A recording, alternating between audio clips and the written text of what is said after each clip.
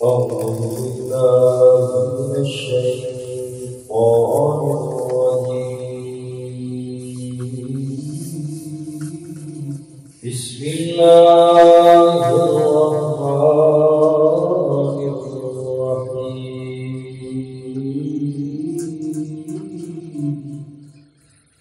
يا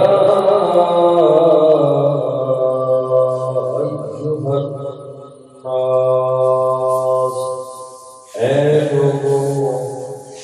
إن كنتم في ريب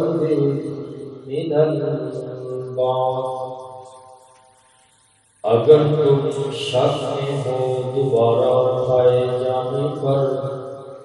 فإنا خلقناكم من تراب تو سن لو بے شک ہم نے تمہیں مٹی سے پیدا کیا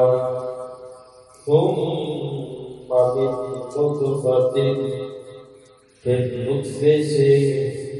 ثم من علقۃ پھر جمے ہوئے خون سے ثم من مضغۃ مخلقہ اور پھر گوشت کے ٹکڑے سے مخلقۃ وغیر مخلقہ صورت بنی ہوئی اور بغیر صورت بنی ہوئی کے لنبین لکم تاکہ ہم بیان کریں تمہارے لیے۔ آج کی اس آیت پاک میں اللہ کریم نے قیامت کے حق ہونے پر دو دلیلوں سے سمجھایا ہے۔ چونکہ مکے کے مشرک آخرت اور قیامت کو نہیں مانتے تھے تو فرمایا کہ جو لوگ دوبارہ زندہ ہونے کو ناممکن سمجھتے ہیں، پہلی دلیل یہ ہے کہ یہ لوگ ذرا اپنی تخلیق پہ غور کریں، اپنی پیدائش پہ غور کریں کہ اللہ نے کس حیرت انگیز طریقے پر کتنے مرحلوں سے گزار کر اے انسان اللہ نے تجھے پیدا کیا۔ ذرا غور تو کر، تیرا کوئی وجود بھی نہیں تھا، بالکل تو قابل ذکر کوئی چیز ہی نہیں تھی،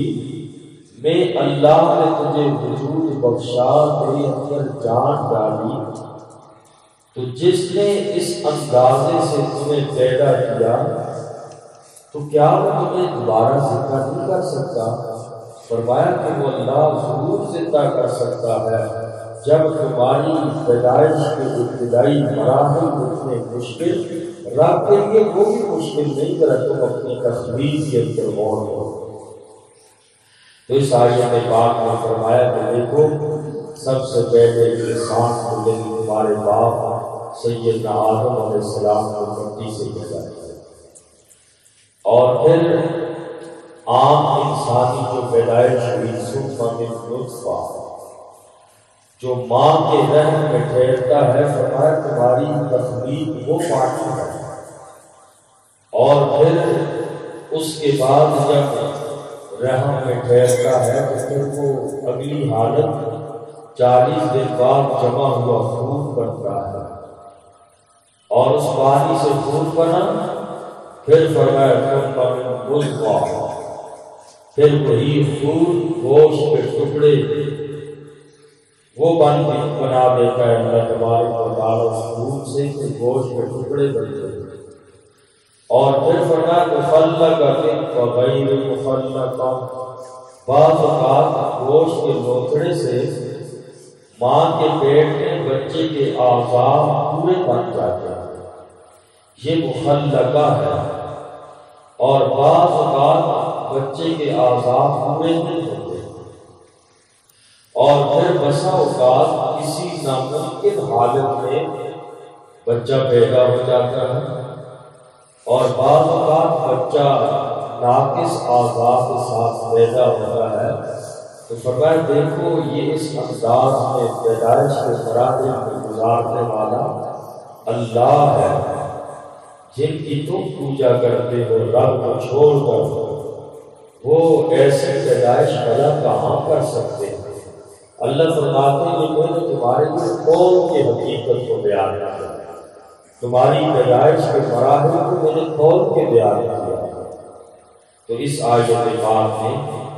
انسان کی پیدائش کو غور کرنے کا سبب دیا کہ جو لوگ قیامت کو نہیں مانتے، دوبارہ زندہ کیے جانے کو نہیں مانتے، فرمایا کہ ذرا اپنی پیدائش کا غور کرو کہ اللہ نے کس مراحل سے پیدا کیا کہ دوبارہ اٹھانا کیا مشکل ہے۔ فرمایا یا ایھا الناس کنتم فی ریب من البعث، اے لوگو اگر تم دوبارہ اٹھائے جانے پر شک میں ہو تو شک نہ کرو، فَإِنَّا خَلَقْنَاكُم مِّن تُرَابٍ، بے شک ہم نے تمہیں مٹی سے پیدا کیا، ثُمَّ مِن نُطْفَةٍ، پھر نطفے سے، ثُمَّ مِنْ عَلَقَةٍ، پھر جمے ہوئے خون سے، ثُمَّ مِنْ مضغہ، پھر گوشت کے ٹکڑے سے، مخلقۃ وغیر مخلقہ، صورت بنی ہوئی اور بغیر صورت بنی ہوئی کے کبھی پورا بچہ بن جاتا ہے، کبھی اعضاء صحیح سالم نہیں ہوتے، لِنُبَيِّنَ لَكُمْ، تاکہ ہم بیان کریں تمہارے لیے حقیقت کو کھول کے کہ اللہ نے تمہارے لیے بیان کر دی۔ ذرا غور تو کرو تم اس کے اندر، وَنُقِرُّ فِي الْأَرْحَامِ، اور ہم ٹھہراتے ہیں رحموں میں، مَا نَشَاءُ، جو ہم چاہیں، إِلَىٰ أَجَلٍ مُّسَمًّى، ایک مدت مقررہ تک۔ عموماً جو بچے ماں کی پیٹ میں رہتے ہیں، عموماً عام طور پر 9 مہینے تک بچہ ماں کے پیٹ میں رہتا ہے۔ شرعی طور پر جو حمل کی ادنیٰ مدت ہے، کم سے کم کتنی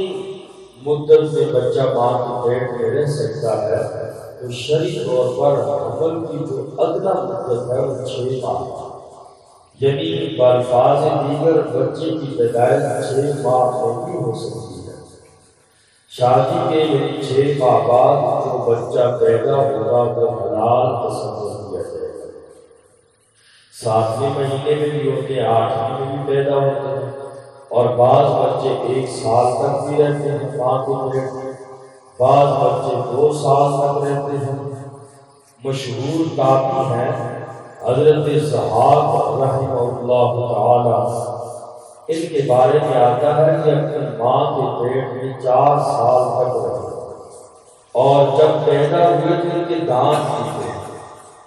اور پیدا ہوئے دانت تھے تو ہنسنے بھی لگے، اسی وجہ سے اس کا نام ضحاک ہے۔ ضحاک ذہن سے ہے، ذہن کا معنی ہوتا ہے ہنسنا، ضحاک ہنسنے والا ہے، تو ان کا نام بھی حضرت ضحاک مفسر قرآن میں ہے۔ تو ان کے بارے میں آتا ہے کہ 4 سال تک ماں کے پیٹ میں رہے۔ تو یہ رب ذوالجلال کی قدرت ہے، اللہ جیسے چاہے کسی کو چاہے جیسے پیدا فرما دے۔ تو حمل کی ادنیٰ جو مدت ہے وہ 6 ماہ ہے، اور اگر والد انکار کر دیتا ہے کہ بھائی یہ بچہ تو میرا نہیں ہے، بچے عموماً 9 مہینے میں پیدا ہوتے ہیں، 6 ماہ کا بچہ میرا نہیں ہے، اگر مرد انکار کر دے تو پھر لحان ہوتا ہے، اور اس کی تفصیل لحان کی آگے سورہ نور آئی ہوئی ہے، انشاءاللہ اس کا تفصیلی اللہ نے اس کا ذکر کیا ہے، تو لحان کا ذکر وہاں پر ہوگا، اس میں قسمیں کھائی جاتی ہیں کس انداز سے انشاءاللہ اس کی تفصیل سورہ نور کے اندر ہوگی۔ تو اس آیت میں یہ فرمایا کہ اللہ فرماتے ہیں ہم ٹھہراتے ہیں ماں کے رحم میں جتنا ہم چاہتے ہیں، جتنی مدت میں چاہوں، الی اجل مسمى، وقت مقررہ تک۔ کیا وقت ہے؟ ہر بچے کا الگ ہے، تو رب چاہے جلدی پیدا فرما دے۔ فرمایا وَنُقِرُّ فِي الْأَرْحَامِ مَا نَشَاءُ إِلَىٰ أَجَلٍ مُّسَمًّى، اور ہم رحم میں ٹھہراتے ہیں جو ہم چاہتے ہیں مدت مقررہ تک۔ ثُمَّ نُخْرِجُكُمْ طِفْلًا، پھر تمہیں بچے کی شکل میں باہر لاتے ہیں۔ ثُمَّ لِتَبْلُغُوا أَشُدَّكُمْ، تاکہ تم پہنچ جاؤ اپنی جوانی کو۔ وَمِنْكُمْ مَنْ يُتَوَفَّى، تم میں سے بعض وہ ہیں جو فوت ہو جاتے ہیں۔ اللہ فرماتے ہیں ہم رحم کے اندر جتنی مدت ٹھہرائیں ہم ماں کے پیٹ میں رکھ دیے، اور پھر اس کے بعد بچے کی صورت میں ہم باہر لاتے ہیں، اور فرمایا پھر اس کے بعد بچے جوانی کی عمر کو پہنچ جاتے ہیں، اور ان میں سے بعض ایسے بھی ہیں جو جوانی کے اندر ہی فوت ہو جاتے ہیں۔ وَمِنْكُمْ مَن يُتَوَفَّى، تم میں سے بعض ہیں جو فوت ہو جاتے ہیں۔ وَمِنْكُمْ مَن يُرَدُّ إِلَىٰ أَرْذَلِ الْعُمُرِ،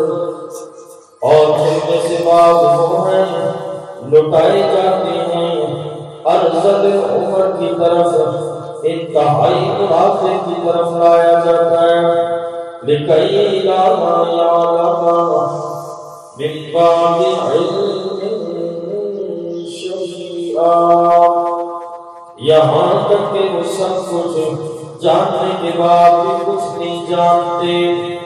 اللہ فرماتے ہیں کہ پورے انسان کی تخلیق کا ذکر فرما کے بڑھاپے کا ذکر فرمایا تو دیکھو بعض لوگ بالکل ارذل العمر تک پہنچ جاتے ہیں۔ ارذل العمر زیادہ بڑھاپے کی حالت میں،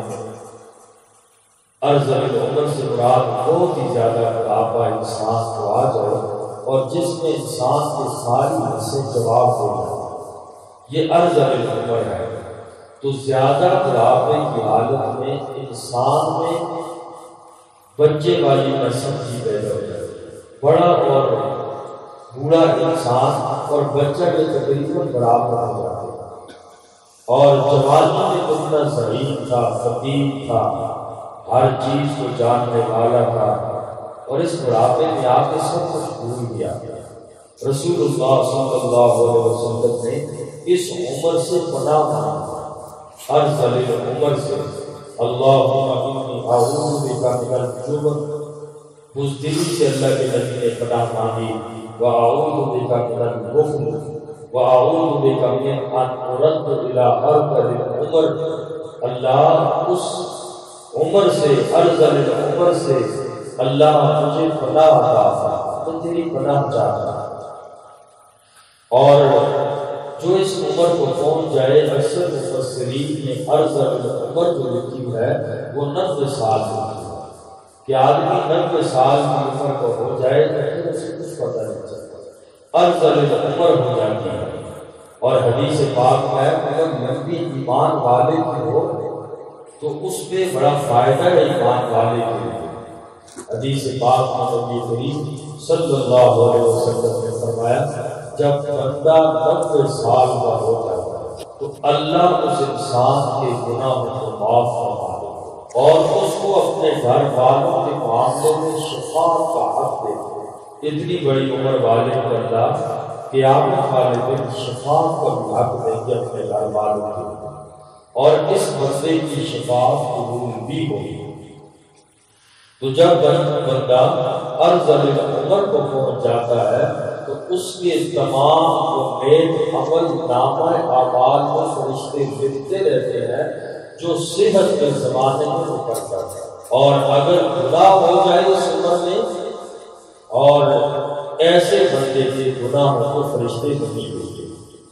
دوبارہ عرض عمر اتنی لمبی عمر انتہائی بڑھاپا جس میں آ جائے تو آقا علیہ السلام نے اس عمر سے پناہ بھی مانگی ہے۔ انسان محتاج ہو جاتا ہے، بیماریاں لگ جاتی ہیں، تو اس لیے اللہ تبارک و تعالیٰ سے اس سے پناہ مانگی ہے، لہٰذا ہمیں بھی دعا کرنی چاہیے کہ اللہ تبارک و تعالیٰ جب تک زندہ ہے صحت والی، عافیت والی، ایمان والی، نیکیوں والی اور محتاجی کے بغیر والی اللہ ہم سب کو زندگی عطا فرمائے۔ اور یہاں تک اللہ نے قیامت کے حق ہونے پر ایک دلیل بیان کی کہ ذرا غور کرو تم اپنے جسم سے کون سے سٹیپوں سے تمہیں اٹھایا، کہاں تک پہنچایا۔ جب میں اللہ تمہیں اس انداز میں پیدا کر سکوں دوبارہ زندہ کرنا میرے لیے کوئی مشکل نہیں۔ آگے دوسری دلیل بیان کی کہ ذرا دیکھو تو صحیح، زمین میں غور کرو، ویران پڑی ہوتی ہے، پھر اللہ بارش برساتا، تر و تازہ ہو جاتی ہے، طرح طرح کی چیزیں اگانے لگ جاتی ہے۔ تو یہ چیزیں جب میں اس بنجر زمین کو زندہ کر دیتا ہوں تو تمہارا زندہ کرنا میرے لیے کوئی مشکل نہیں ہے۔ فرمایا اور آپ دیکھیں گے زمین کو ویران، فَإِذَا أَنزَلْنَا عَلَيْهَا الْمَاءَ، پر جب ہم اس زمین پہ پانی کو نازل کرتے ہیں اہتزت، وہ تر و تازہ ہو جاتی ہے، وربت اگراتی ہے، وانبتت اگاتی ہے، من کل زوج بہیج، قسم قسم کی تر و تازہ چیزیں، ذالک بأن اللہ، یہ بے شک اللہ کی حق ہے، ذالک بأن اللہ هو الحق، یہ بے شک اللہ ہی کی ذات سچی اور برحق ہے، وَأَنَّهُ يُحْيِي الْمَوْتَى، اور بے شک وہ زندہ کرے گا مردوں کو، اللہ کے لیے کوئی بھی مشکل نہیں ہے، وَأَنَّهُ عَلَىٰ كُلِّ شَيْءٍ قَدِيرٌ، اور بے شک اللہ کی ذات ہر چیز پر قادر ہے۔ اللہ